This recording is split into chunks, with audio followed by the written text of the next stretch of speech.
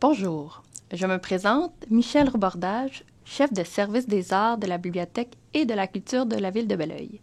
Je suis ravie de vous présenter le concept du projet d'agrandissement et de réaménagement de l'espace culturel Aurel-Dubois.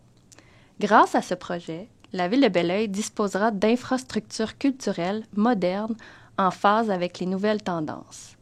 Pour le moment, l'échéancier annoncé est toujours maintenu. L'ouverture officielle est prévue en décembre 2026.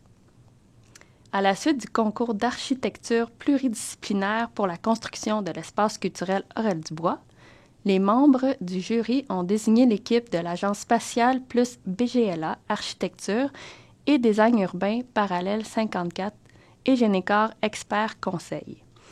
Voici ce que le consortium propose pour ce projet structurant. Il est important de noter que les plans présentés ne sont pas finalisés. Les différentes parties prenantes participent activement aux travaux. Quelques changements pourraient survenir d'ici la fin du projet. Voici l'espace culturel Aurel-Dubois présenté dans son ensemble. Vous remarquerez que le concept propose une approche respectueuse pour l'environnement et pour l'harmonisation qui exige une rénovation et construction. Les citoyens s'y reconnaîtront par la conservation de l'architecture de la bibliothèque. En effet, vous constaterez dans les prochaines minutes que les espaces existants ont été optimisés afin de diminuer l'empiètement sur les espaces de stationnement et naturels tout autour. Tous les arbres et la cour intérieure ont été conservés. Le projet se divise en 3 parties distinctes: la rénovation et l'agrandissement de la superficie de la bibliothèque, la rénovation du centre culturel ainsi que son agrandissement par l'ajout d'un studio. Face à la rivière Richelieu et à la montagne de Mont-Saint-Hilaire, voici la vue à l'avant. Le nouveau studio sera érigé au-dessus de la première partie du centre culturel, tandis qu'en dessous se trouveront les bureaux administratifs. Les visiteurs seront accueillis dans un nouvel espace piétonnier conçu pour favoriser l'inclusion et l'accessibilité. En limitant la circulation automobile par la réduction de la zone de dépose, cet espace sera végétalisé et plus convivial. L'entrée principale mènera vers un grand couloir permettant une grande traversée jusqu'au stationnement arrière. La bibliothèque conservera l'entrée actuelle. Comme présenté, l'espace piéton a été élargi, permettant aux gens de circuler aisément entre les différents bâtiments de l'espace culturel Aurel-Dubois. La volumétrie du studio, en surplomb, oriente le visiteur vers l'entrée principale et renforce la présence du centre culturel tout en protégeant les visiteurs des intempéries. Une petite terrasse sera aménagée sur le toit et sera accessible aux citoyens. La fenestration généreuse de la salle d'animation optimisera la lumière naturelle et les visiteurs pourront admirer le paysage magnifique que nous offrent la rivière Richelieu et la montagne du Mont-Saint-Hilaire. Voici l'arrière de l'espace culturel Aurel-Dubois. Cet aménagement propose une entrée pour tous les visiteurs et donnera sur la grande traversée présentée précédemment. Le stationnement sera au même endroit qu'actuellement. Des places de stationnement et rampes pour personnes à mobilité réduite seront prévues afin de favoriser l'accessibilité universelle. Vous trouverez ici la cour intérieure qui existe actuellement. Au cœur des bâtiments, cet espace reprend sa place centrale. Ce lieu sera ouvert et accessible à tous. L'ajout de vitrages sur plusieurs faces créera des vues panoramiques sur les diverses activités culturelles. La mutualisation avec la salle d'animation agrémentera tous les types d'activités et événements du centre culturel ou de la bibliothèque. Des accès de la salle d'animation et de la bibliothèque facilitera l'accessibilité de tous. Juxtaposé par le foyer de la Grande Traversée, ce couloir sera illuminé par la lumière naturelle. Voici la proposition pour le projet de la bibliothèque Eulalie-du-Rocher. Les interventions prévues pour le réaménagement et l'agrandissement mettent en valeur les qualités spatiales existantes par la création d'univers de lecture variés. Vous verrez dans les prochaines diapositives que cette proposition se divise en 3 grands axes. L'ajout d'une mezzanine dans la portion haute de la bibliothèque, le percement des planchers pour illuminer les espaces et le réaménagement complet du rez-de-chaussée et du sous-sol. Sur l'image à votre gauche, vous retrouverez le rez-de-chaussée. La structure légère et ajourée du grand escalier offre une vue panoramique de nos paysages et permet aux usagers de circuler librement entre les 3 étages. Les percées visuelles sur notre paysage unique et la luminosité naturelle ont été mises de l'avant dans cette proposition. Ce concept architectural s'appuie sur les nouvelles tendances de la bibliothéconomie qui propose entre autres un aménagement des étagères plus basses et un environnement dégagé pour un accueil plus chaleureux. Sur l'image de droite, l'homme est assis au sous-sol côté nord-ouest ou côté stationnement si vous préférez. Cet aménagement propose un espace de lecture ensoleillé par la percée lumineuse des fenêtres du rez-de-chaussée. Le sous-sol aura donc de la luminosité naturelle également. Allons maintenant au sous-sol de la bibliothèque. Complètement transformé, le réaménagement propose des espaces jeunesse pour la clientèle adolescente et enfants. Les gradins que vous voyez sera le lien visuel et lumineux entre les espaces en contrebas et la cour intérieure. Des parois vitrées seront prévues pour gérer l'acoustique entre les étages. Voici un plan préliminaire de l'aménagement du sous-sol de la bibliothèque. Soulignons quelques éléments intéressants. L'agrandissement de l'espace jeunesse est optimisé par l'ajout de mètres carrés. Vous trouverez ici les gradins tels que proposés précédemment. Le grand escalier mènera au centre de cet étage et sera entouré par des murs vitrés permettant une gestion de bruit efficace.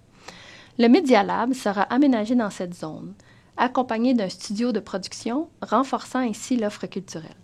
Le bureau de l'agent culturel sera situé juste à côté. Vous trouverez également une salle de conférence équipée tout au fond.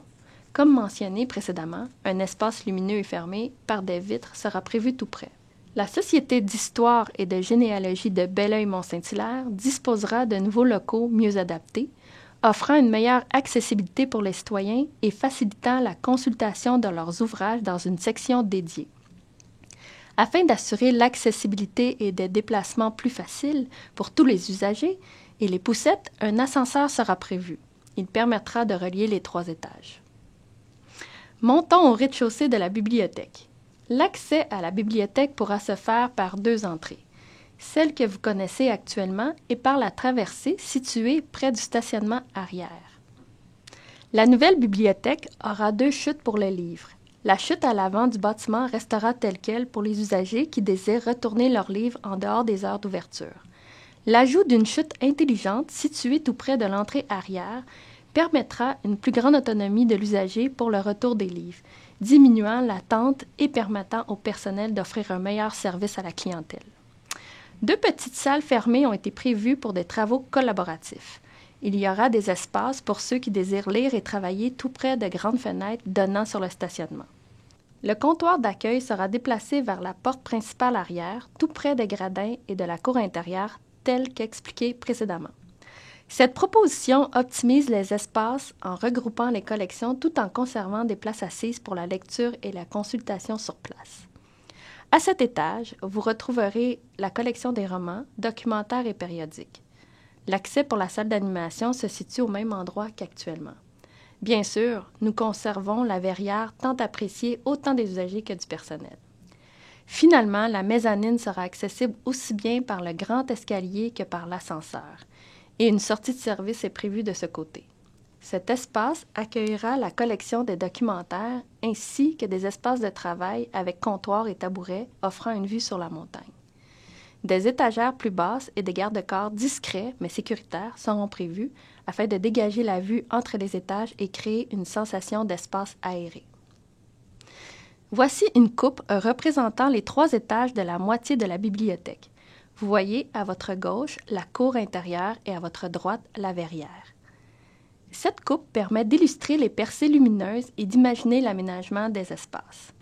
Comme mentionné, vous trouverez le Media Lab et les gradins de la section jeunesse au sous-sol, la verrière au rez-de-chaussée et les collections disposées sur les 3 étages. Finalement, nous voyons très bien le grand escalier sur les 3 étages.